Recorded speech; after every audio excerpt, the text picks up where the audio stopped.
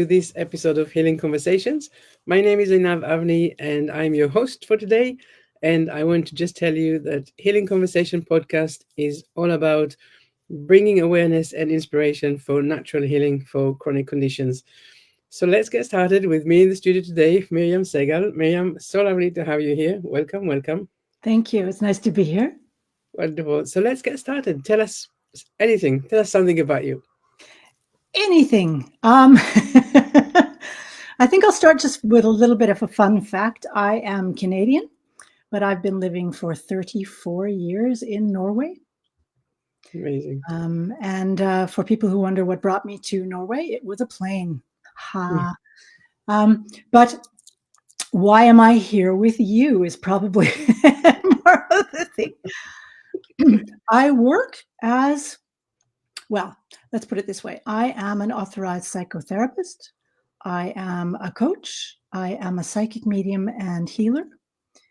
And I also work with interpersonal mindful communication, or what I like to call conscious, courageous conversations. Oh, Yeah. So the whole idea is getting back to who you really are so that you can be you in the world and be in the world as much of you as you can. and why is that important? My own journey has been one of, I would say, not really being, well, when I was a child, it wasn't really allowed for various reasons. There wasn't a lot of space to be who I really am.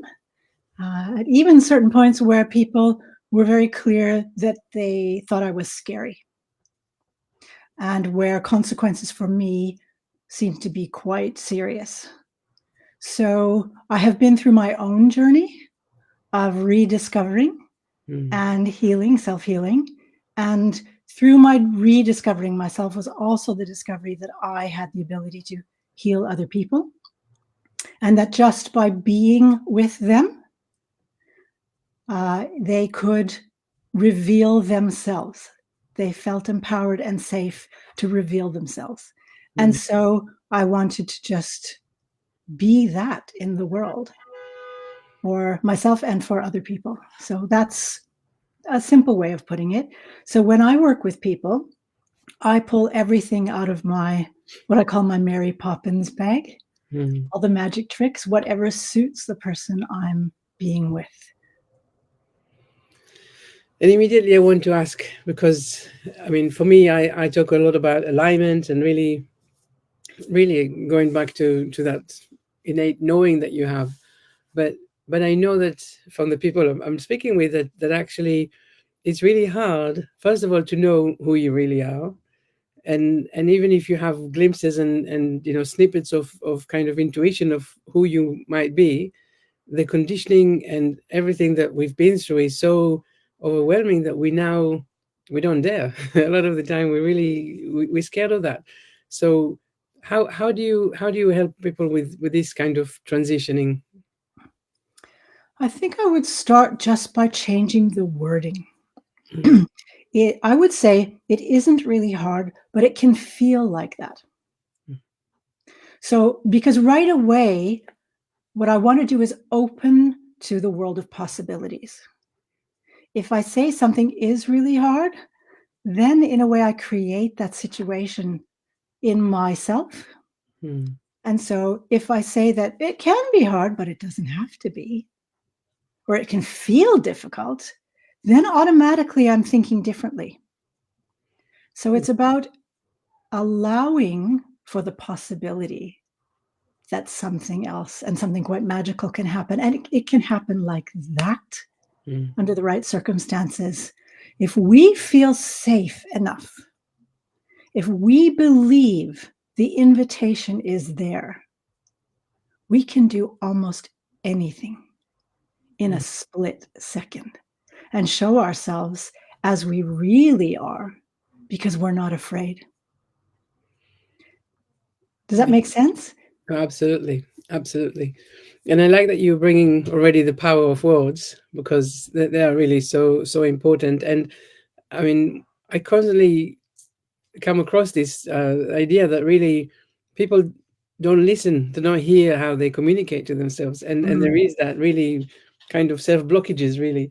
And when you're bringing that into the awareness, you think, actually, like you say, there is more than that. So what does that working together with bringing people into themselves and into who they're meant to be, what does that look like?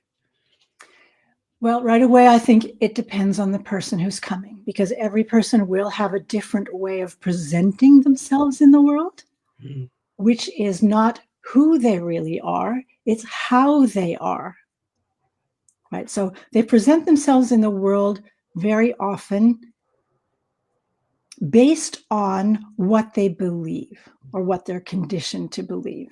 So Mm. if I believe I have to be this way or this way, this is how I'll behave. And every person has their own flavor. So first thing I need to find out is who's here. And when I see who's here, then it's what do they need? It's very easy to tell what they need when I see who they are presenting themselves as. And then there are many ways to work with that. And when And you one, say how they are, is that really what me with my more simplified word will call the coping mechanisms and survival skills and this kind of thing that people created for themselves? yeah, And how there do are so you, many. Go sorry, ahead.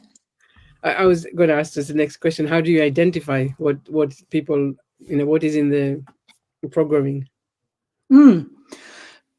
Well, depending on how willing they are to explore. And that will be one of the first things I will notice. If I invite somebody to stand up, for example, if we're sitting and having a conversation and I invite them to stand up and they don't, Oh. then right away it's an indication that there may be a fear of moving, right? So their conditioning is if I do something, if I act on what I want to do, there will be consequences that will be painful, for example. Mm. So, and then I will give them an opportunity to do something else that might seem like moving, but they don't actually have to move. For example, I'll move for you, or let's make some feet. So we grab a piece of paper Right. and we draw feet and we cut it up so that you can move the feet. So you don't actually have to move, the feet can move for you. Mm-hmm. And through the feet, you can start to get an experience of, oh, this might be possible. And Yeah. then you're moving. So that's one way. Mm. It is what I would call an action method psychotherapy. It's getting them to move and then see how they move when they don't move. If I'm not being vital in my life, if I'm holding myself back, where does that show up? If I put a path in front of me and I say, I want to live like this and I want to do this, I want to create this in my life, and I'm standing still, what am I putting in my way? And then we go on what I call a treasure hunt. Mm-hmm. What is, because it really, right. And right away, wording it like that, we're not looking for problems. Mm. We're not looking for pain. We're looking for where the goodies are. We're looking for where the gold is. So we go on a treasure hunt and find out what's showing up, what kind of ghosts, what kind of shadows, what kind of heaviness, whatever it feels like, whatever you're telling yourself. All of that shows up on the path towards what you want. Mm. And then it's moving it out of the way. And that can be so fast because part of it is unveiling that you do realize you're just imagining it. This is powerful, right? To understand that really we put our own obstacles in the path, and actually that it is just, like you say, it's imagination. It's what we taught ourselves, that this is how it is. Or we were shown. I came from a background where everything was scary. And one of the things, I mean, I don't have a problem with this. One of the things my mom used to say is, you'll break your neck. You'll break your neck. So Right. if I did anything that was active, I was going to break my neck. That is a pretty scary thing to say to a kid. Yeah, yeah. And especially if it is accompanied by some sort of physical action.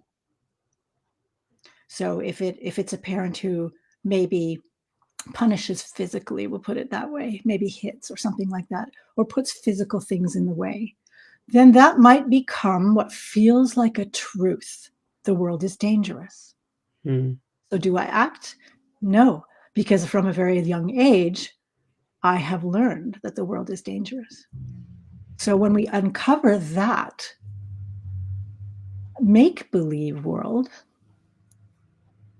and you break through the make-believe world and you experience how easy it is, again, it's experiential, how easy it is to break through that world, then it becomes easier and easier to keep doing that.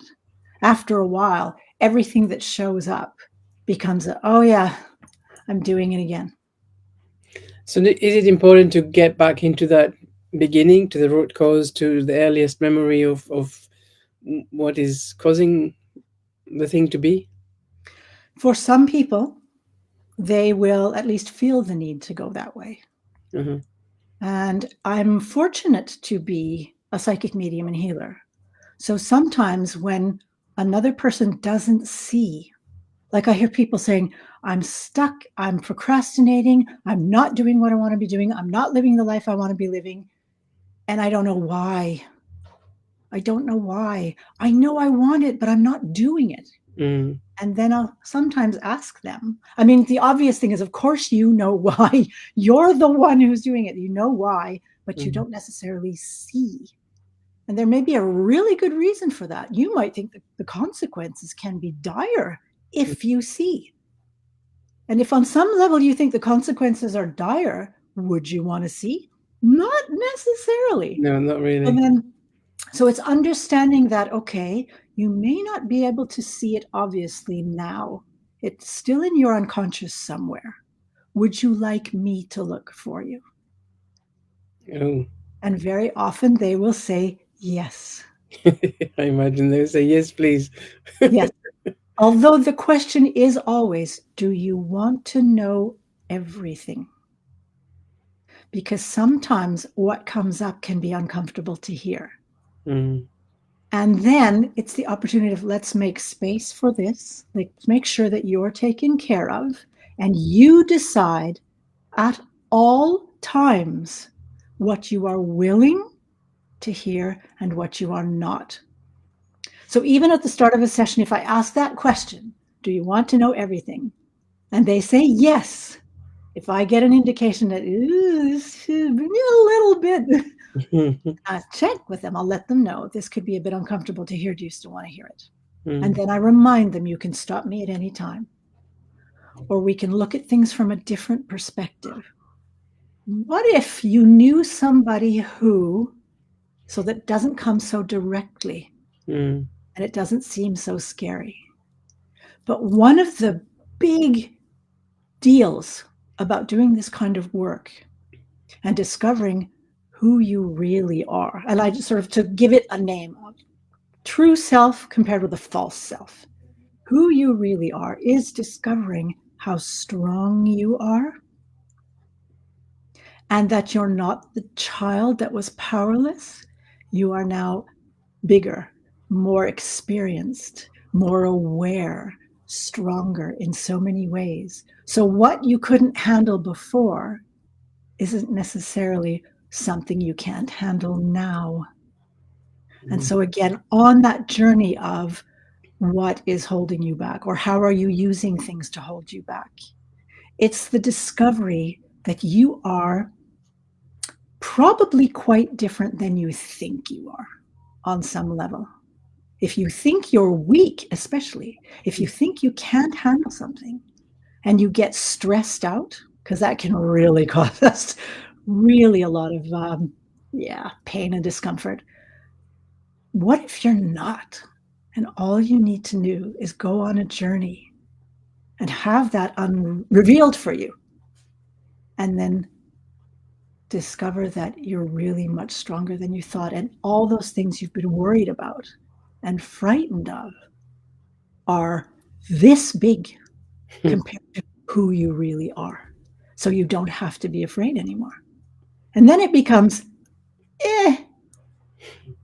when they show up. One of the things that people have given me feedback about is I laugh at myself a lot. Like when things like that show up, I'll start laughing because it's so absurd the way some of the defense mechanisms I had before, and sometimes they still show up if there's something new that shows up.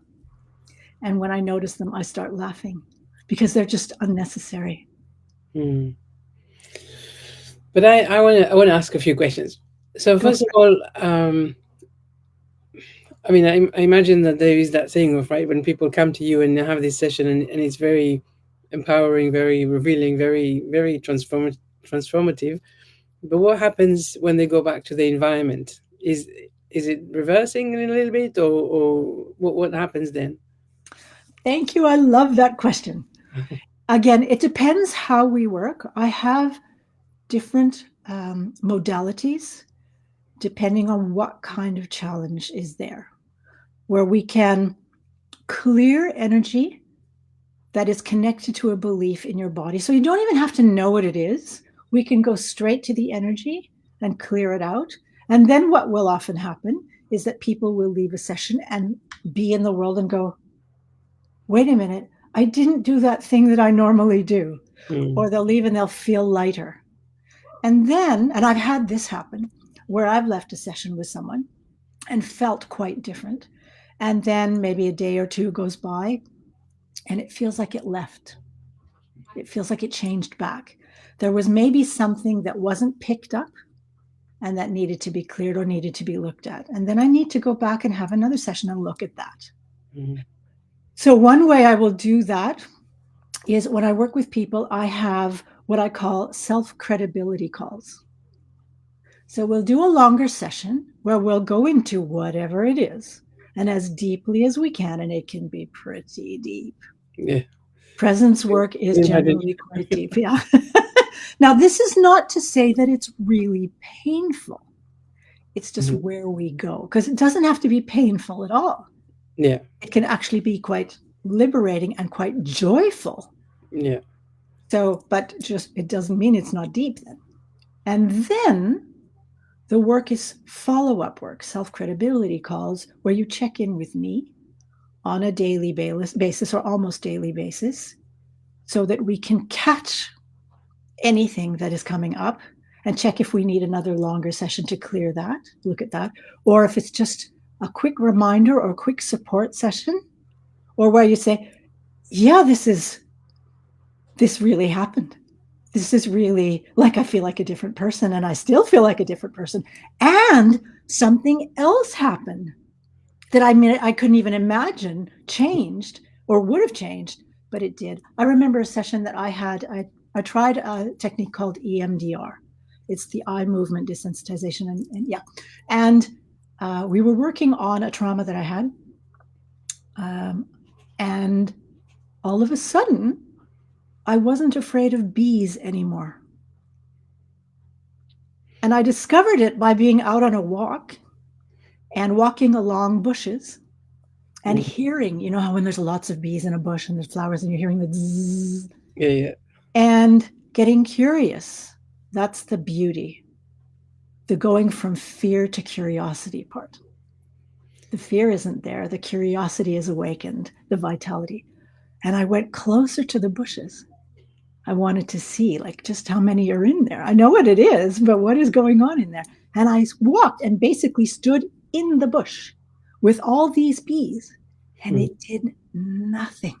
I almost wanted to pet them because they're kind of fuzzy. So, and I would have never thought anything like that could happen. So there can be kind of hidden benefits of working on one challenge.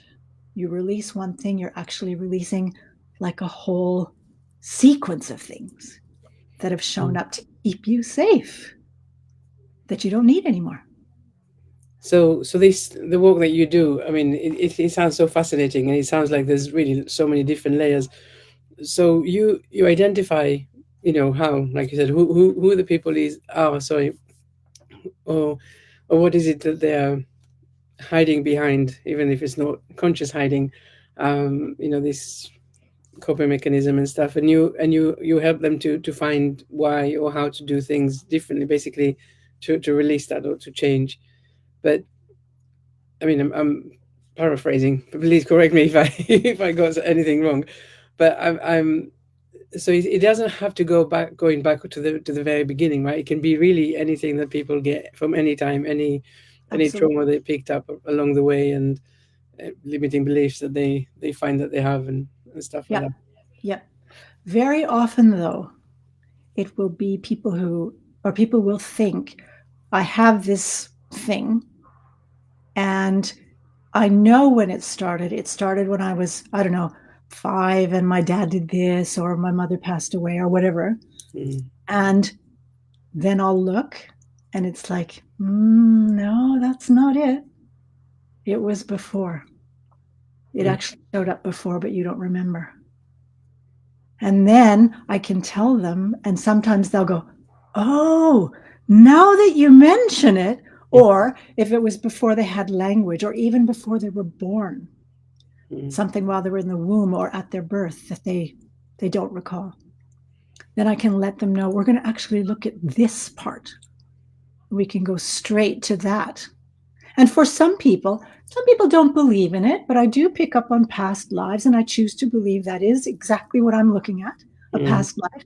And it can be something from that where an energy is still in the system, and that can be cleared as well. yeah.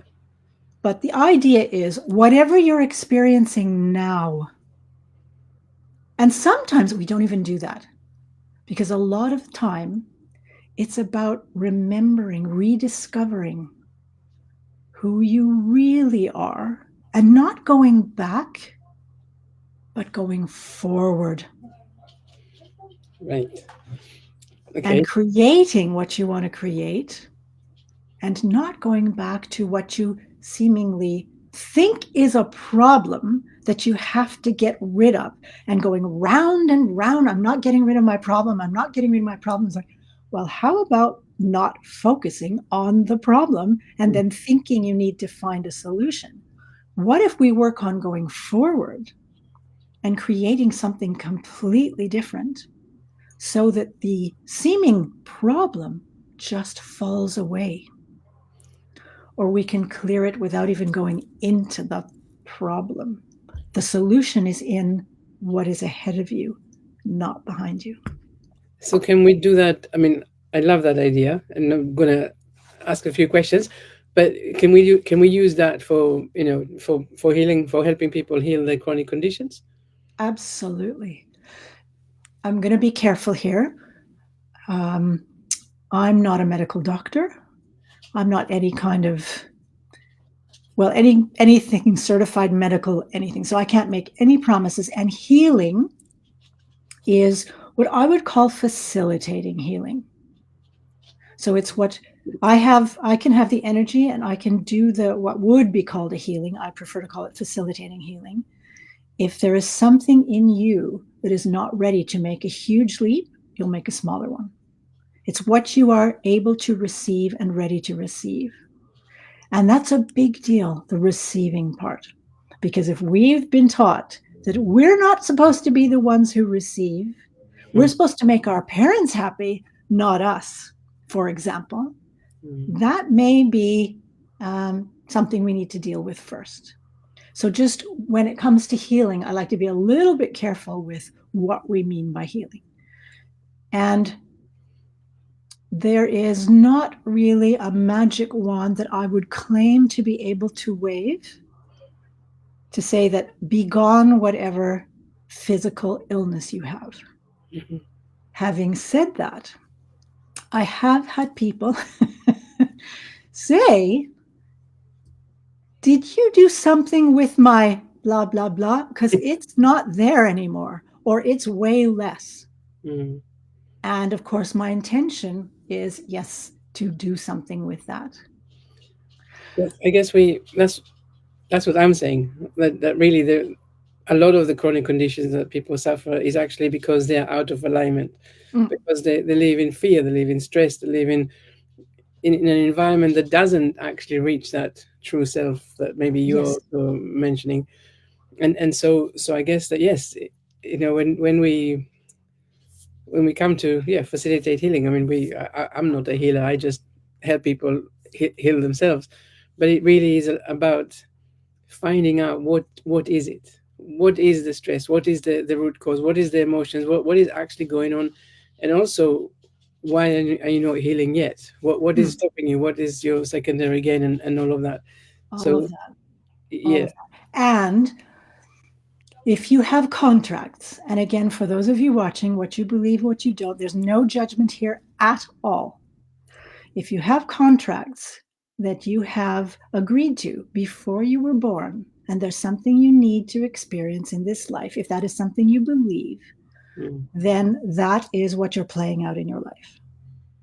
So, and you may have to go through something for a long time, maybe your entire life. However, there may be ways of alleviating some of that. So the idea is, you brought up stress, for example, enough. How much stress? And it was really interesting because I had a conversation with somebody quite recently about the way the person was looking at, I'll say her, and then it doesn't matter whether it's a her or him or they, I'll just say her. Her future, the way the person was looking at her future, and then whether we could design a different future, and what the two different paths felt like. And standing in the future projection path, where the future was something she wanted and could create, compared with the future projection path, where it is how I live my life now, and that doesn't change going forward, which means, of course, it does, because you get higher expenses, you get more tired. Like, the more we carry these heavy things, they do have consequences. So what's the difference in the feeling of those two things? And the difference in the feeling of them was there was a way more stress carrying forward all of those heavy anxiety causing, worry causing, all of that going forward, than in the path where you're actually able to create what you want. And you're actually doing that. Even a small amount, even the idea that there's a possibility instead of a closed door where it's not possible, can create a huge change in the level of stress people feel in their bodies. So sometimes, again, whether we focus on, I'm going to cure my physical illness, or I'm going to alleviate, or I'm going to create something else that allows me to alleviate symptom causing circumstances in my life, right? Yeah. Yeah. Because if I'm that worried, I'm not sleeping, maybe, I'm not eating properly, my cortisol's going up, I'm causing physical, I'm like, what? Like, what's that going to do compared to, I can create, look at me. I'm not weak. I'm not stupid.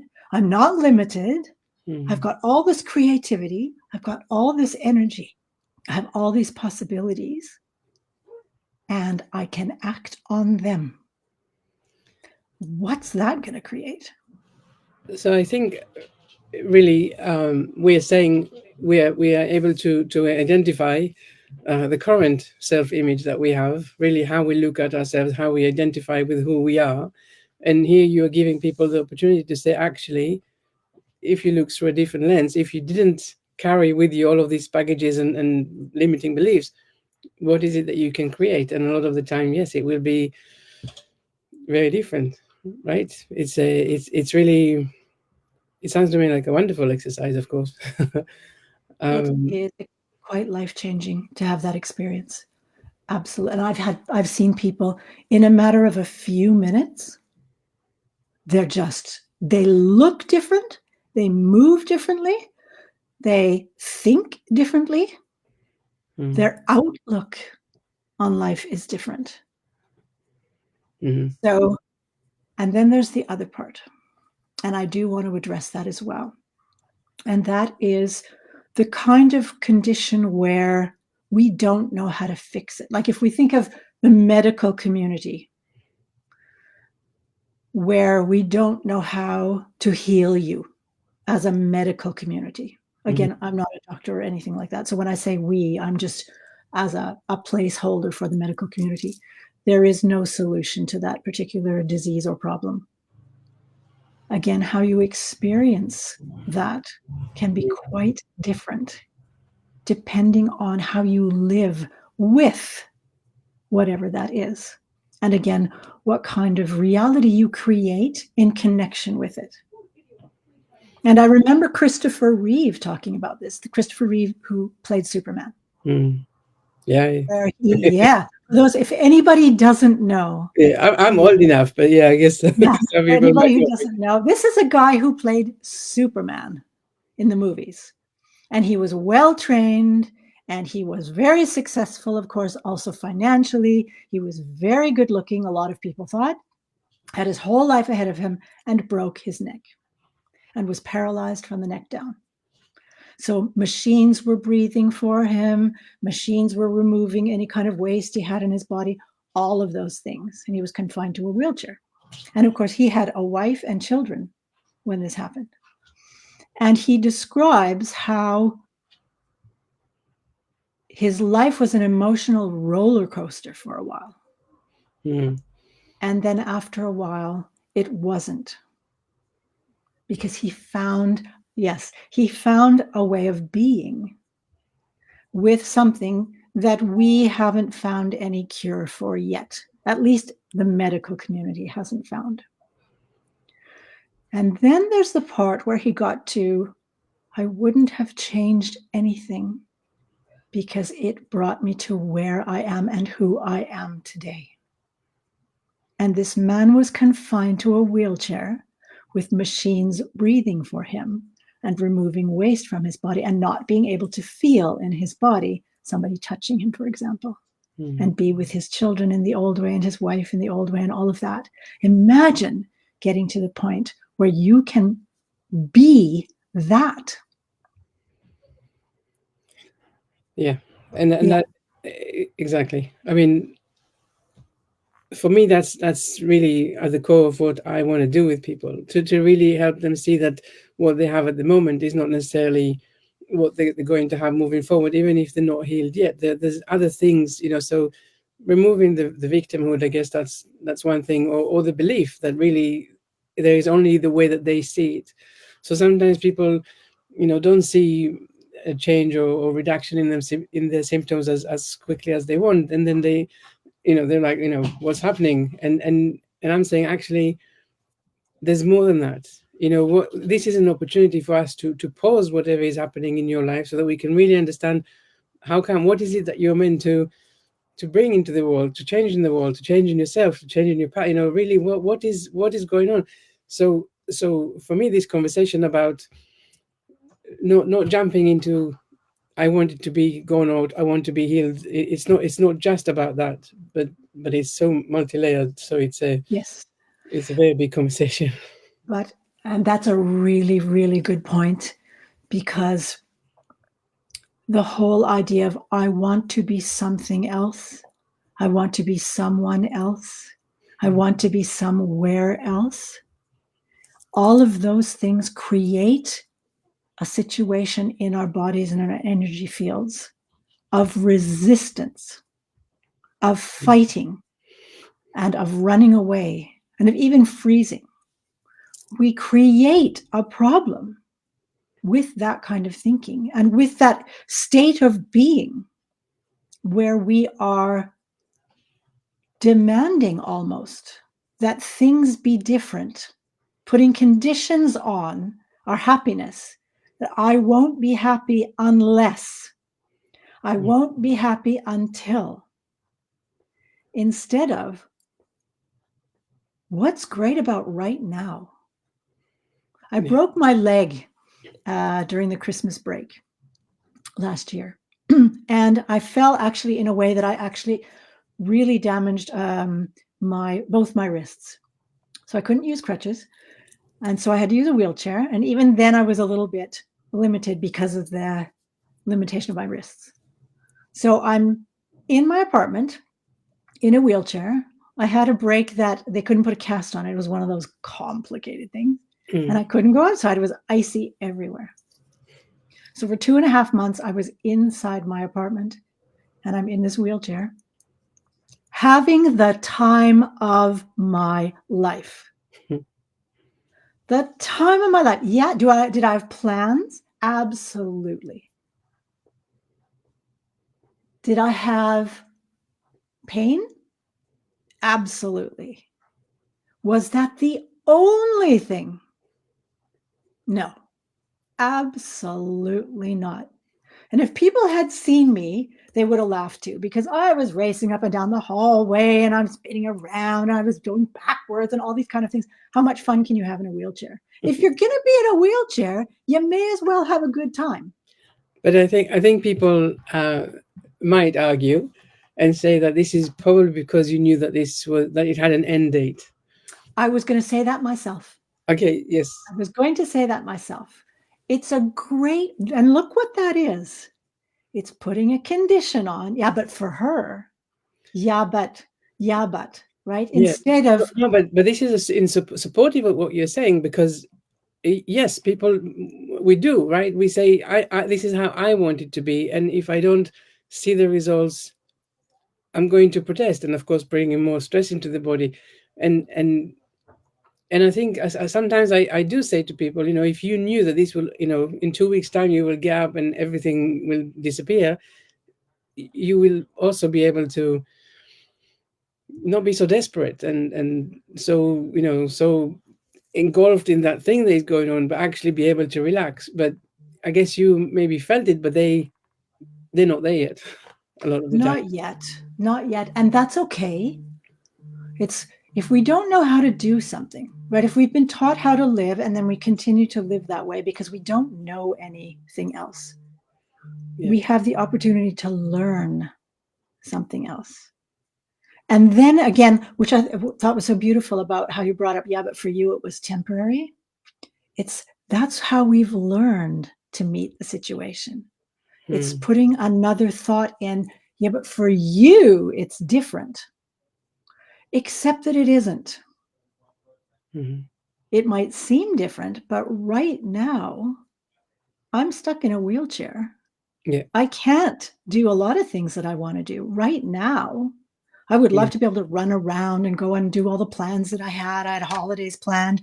Right? I love to go outside. I'd love to, that still couldn't be done. So right now, this is my situation. What do I do with it?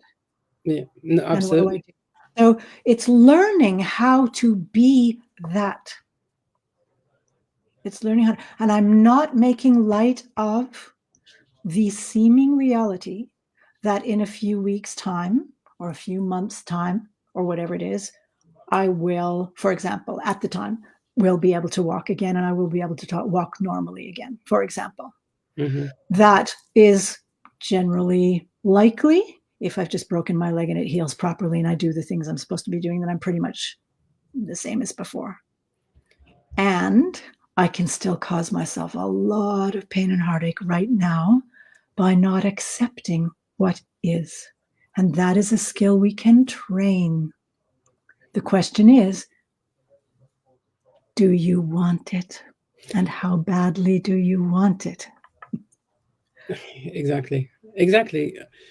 I mean, I spoke to someone the other day, and she was in a great pity party, and I said, the funny thing is that when you ask that, when you look really at this pity party, you don't want to change it because it's comfortable. It's where you are right now. Because if I was giving an example of some Zen book that I was once reading about this guy that went to do this quiet silence meditation. I can't remember how long he was there, but I know that he was looking forward to this 1 hour of conversation that he was allowed to do with this big guru. And throughout, say, the 3 days that he had to be silent before he got to see her, he planned what he was going to say and what he was going to ask and what he was going to argue, and he had it all planned out.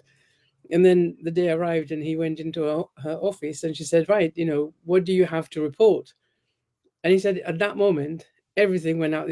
There was nothing to report. Nothing mattered. Nothing. There was no problem. There was nothing. There was just is what it is. What it is, and it was. And so when he realized that, he said, and he walked away. Basically, there was nothing. There was nothing that. So I gave her this example. It's that because she wasn't in that place to see that actually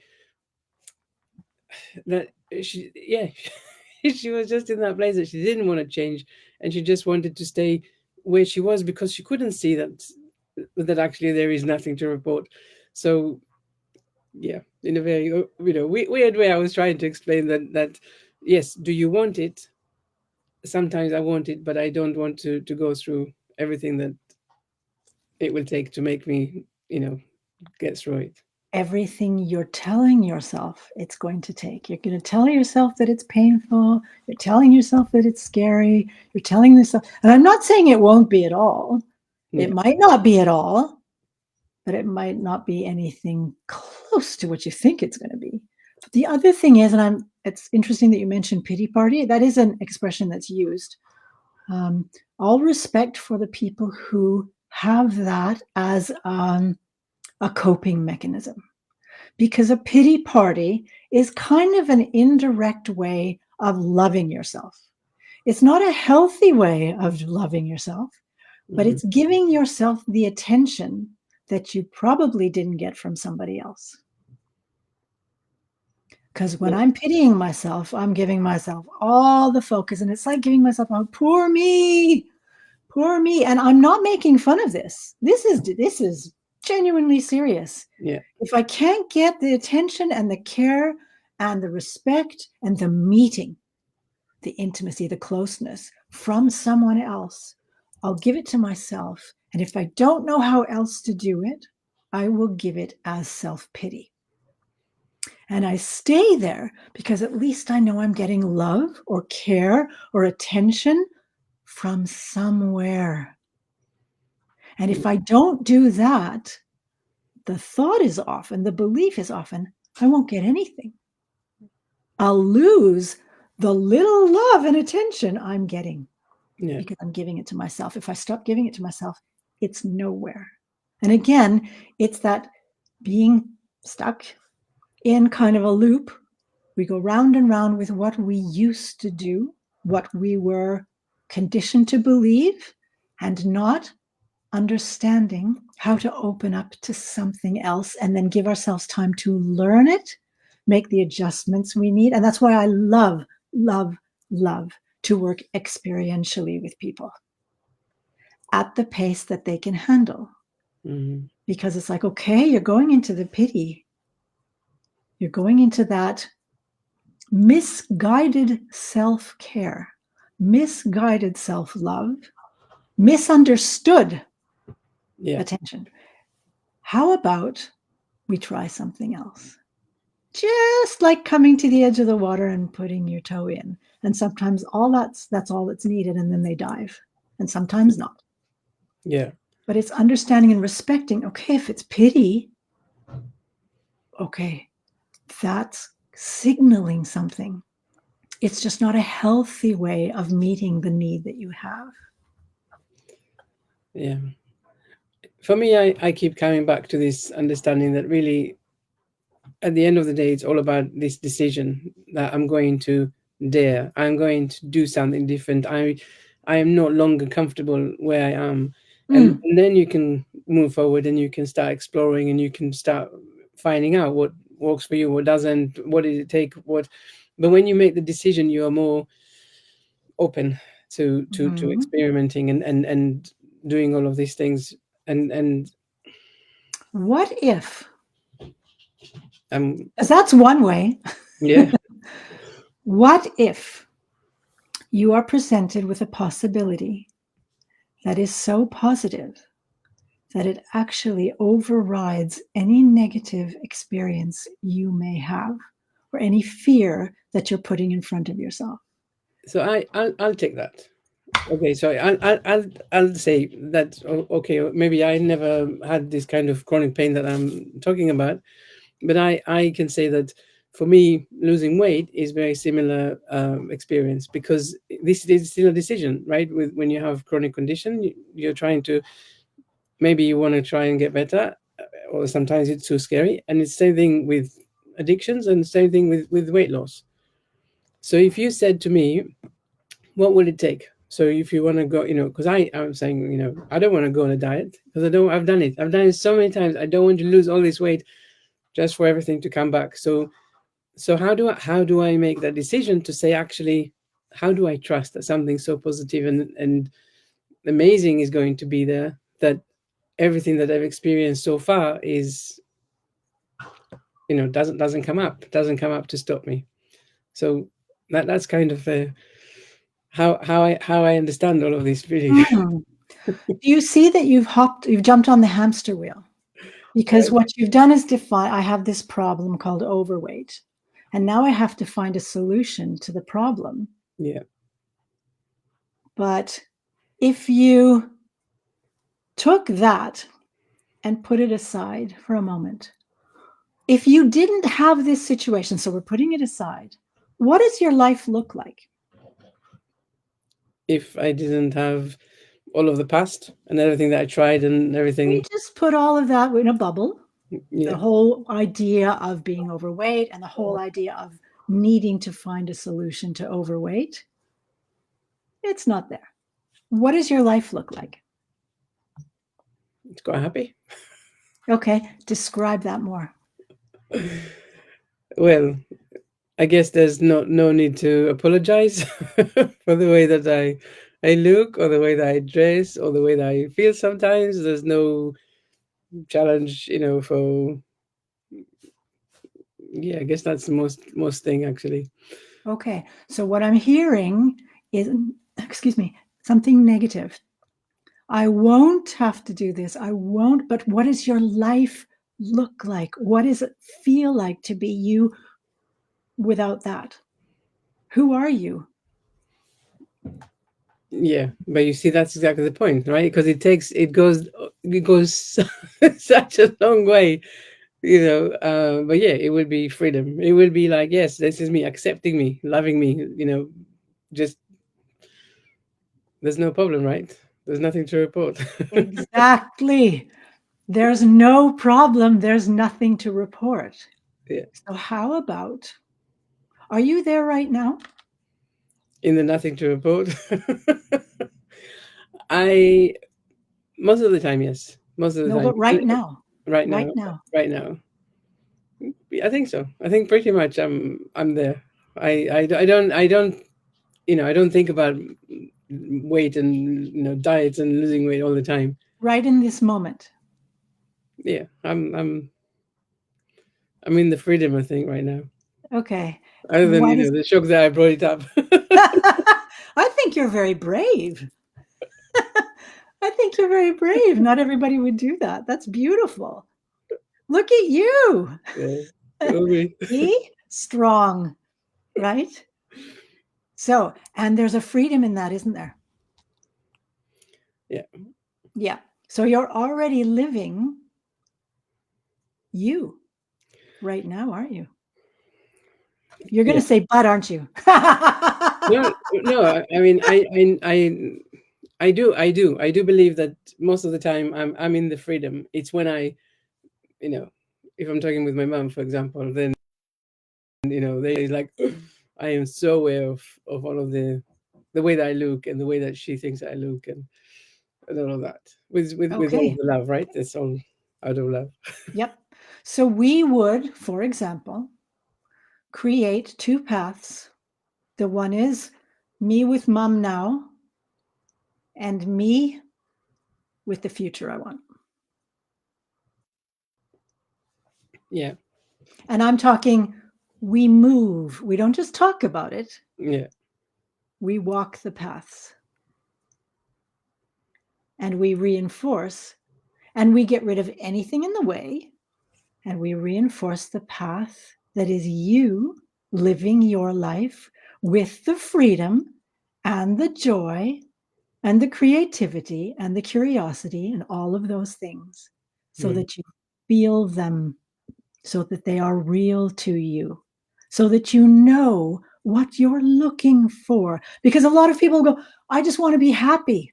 And what they really mean is, I don't want to feel pain anymore. I don't want to feel all this anxiety and stress and pressure. And it's like, but do you know how? I mean, what does that look like? Happy. And they don't know how to describe it Yeah. because their mind is centered on not that. Like when you first started describing, it's like, well, then there wouldn't be this and then there wouldn't be that, right? Yeah, Mm. but what would it actually look and feel like? Yeah. And what if you actually could feel that, if not all the time, most of the time? But I think there is an interesting question, and I guess especially going back to chronic conditions and stuff. I mean, also for sure with weight loss, but with chronic conditions maybe more when there is that thing of I tried everything. I really did. I tried. I went to all the doctors. I did all of the tests. I did all of the all of the different modalities. Nothing works. So there is that disbelief. There is now, and now there's so many different things that are mixed in that, right? It's my identity. It's my Mhm. belief that nothing is ever going to improve. It's my frustration. And it's all there on the yes on everything that is built on the past. But then how do we say, okay, so we will bring them onto that path of what is it like? How are we connecting it to the reality, to the next steps, to the things that they're actually still blocking in their mind? Mm. Well, the interesting thing there is when people come, because I hear them as well, I've tried everything, nothing works. Yeah. And then my question is, what problem were you trying to fix? Because it's like, what problem did you create and then go try and find the answer to? Instead of something that isn't that. What path are you on? So we need to create the path that is you, that is life, and have that experience. I mean, really, really experience, wow, this is me and this is what my life is Mm. and then can be. And when you go out the door, and that is the beauty of the experiential part of it, when you leave, you know how to bring that into your life because you've already done it. Mm. You did it in the room with me, whether it's an online room or a physical room. You've already done it. You've already created it. You've felt it. You know what it feels like. It's kind of like, are you going to get in your car and drive and say, oh, I want to be happy. So I want to get to this destination. I just don't know what it is. Or I want to be, I don't know, symptom free, whatever it is. And you don't know what that is. So how is your GPS going to be, or your sat nav or whatever you call it, going to be able to tell you where to drive? So let's create that so that you know where you're going. You know what it feels like. You know how to do it. Mm. So that when you leave a session, you walk out the door, you're already doing it. And then if something shows up where it's like, oh, I don't know how to handle that, okay, let's talk. Mm. There's nothing wrong with you. You just don't know how to handle that particular thing because you don't know. But when you know, what do? Yeah, I like this reframing actually because that's what we do, right? A lot of the time we want to have it all or nothing kind of way in our way of thinking. I want to lose weight, I want to be healthy, I want to, and that's a really big step necessary, and I mean it's a big step that includes many different smaller steps inside of that, and we don't have to look at this final destination and then say, okay, I don't know how to get there. Because yes, if you reframe it and you do know how to get into step 1 or step 5 or something that is not necessarily the 100% that you have in your mind. So I think that when you bring this kind of a reframe onto the table, there's already a relief of actually, now we can talk. Now it's really not so scary. Plus, there's addressing the magic thinking because the idea that if I didn't have this, Mm. I would. And I mean, in some cases, concretely, if we go back to the broken leg, if I hadn't broken my leg, I would have been running around, or at least I could have run, I could have walked. Yeah. But I had a broken leg, so I couldn't walk on the leg, right? That's kind of the obvious thing. I hadn't gone to any healer and had it magically healed or whatever. But so being in a situation where there's something I physically cannot do, and that I make that a condition for how I would behave otherwise. Like if I didn't have this problem, I would live this way or I would be happy. How do you know? Because a lot of the time, you're actually making that up. What would likely happen, I'm not saying it would, Yeah. but often happens, and I've seen this happen many times, is somebody says, if I didn't have this thing, I would live differently. I would be happy. I would blah, blah, blah. And then the thing gets healed. Or they, I don't know, leave their partner, or they get a new job, or they quit drinking, or whatever the thing is, and they're miserable. They're still doing a lot of the same things. Like people who win the lottery. We talk about people who win the lottery and the money's gone in 5 minutes. They get all the stuff that they wanted to get and they're miserable because that wasn't really the true challenge, right? So it's like you can tell yourself that there's this magical solution to whatever problem that you're telling yourself that you have, instead of, what if none of it is true? Again, why don't we take that whole idea, that whole belief system that you have, the whole identity and worldview that you may not be aware of that you're creating and reliving and recreating, and put it aside and create something else where it is true that you're free, that you're in flow, that you can feel quite differently, even with whatever is physically a challenge or seems like a challenge. It may not seem that way anymore. It also might clear up somewhat and maybe completely. Who knows? I'm not making any promises. I would never, ever, ever do that. Yeah. But the experience of being alive and in the world can be completely different, even with some sort of challenge. Yeah.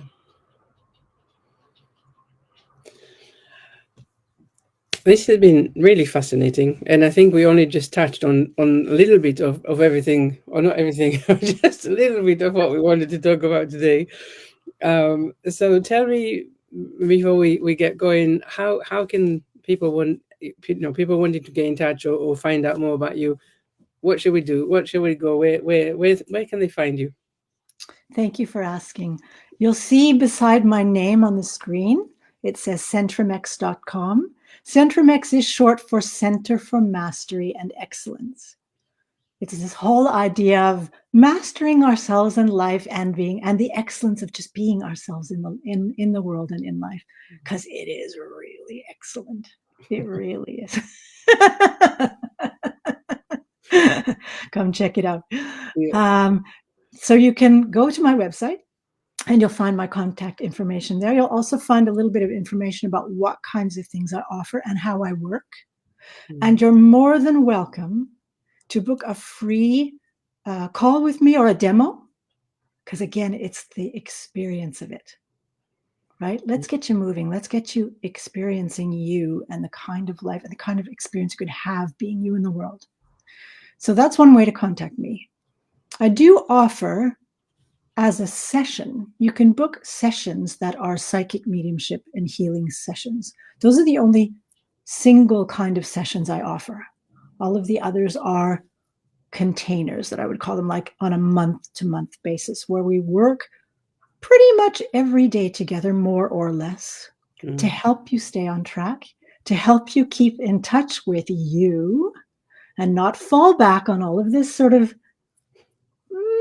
conditioning, old habits, misunderstandings, lack of skills, whatever you want to call them, because it'll be a different thing at different time, so that we keep you on track as much as possible and keep moving your hurdles out of the way and clear up what you think is a problem, which isn't a problem, so that you can be you and live the life that is yours right now. So that's how.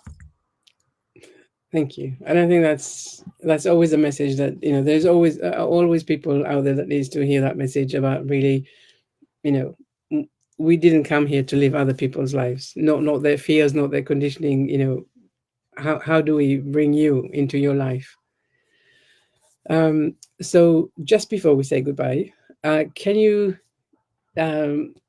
do you know what? I'll ask about the message. I want to know, what message do you have for people that are listening and watching? What what is one thing that they can that you would like them to take away from today's conversation? I'm going to relate quickly an experience I had. I was a guest at an Alcoholics Anonymous meeting many, many, many years ago. I was a guest because I don't drink. I'm not an alcoholic. And one of the people standing was talking about life and how wonderful life was. And I'm looking at this person and I'm thinking, nah, it's a lie. You're not telling the truth. Mm-hmm. Nobody's life can be that good. And I can tell you today, hand on heart, it's pretty fantastic. You may not think so yet, but how could you possibly if you don't know, if you haven't learned the things or put the things aside that you need to? It is possible. It is possible. Mm. So the only way to know is to know. So come on in. I didn't believe it either. And I'll tell you, I'm glad I decided to take a chance and find out. Yeah, I love that. I absolutely love that. Yes, when you're so in the situation that you forget that actually there's other ways, other things, other possibilities, and I think this is a wonderful reminder of that. Mm. Thank you for that, Miriam. It's been lovely speaking with you today. Thank you so much. Thank you for Thank joining me you very today. much. And it's been a privilege. It was wonderful. It was very insightful. So thank you for joining me and us and everyone listening and watching. And of course, anyone listening and watching, feel free to share, to like, subscribe, whatever the words are, and really help us to spread that message that natural healing is possible. And there's also that question of how do you communicate things to yourself, as we found today. Thank you, Miriam, so much for being here with me today. Thank you very, very much for having me. It's Thank you. really been an honor. Same.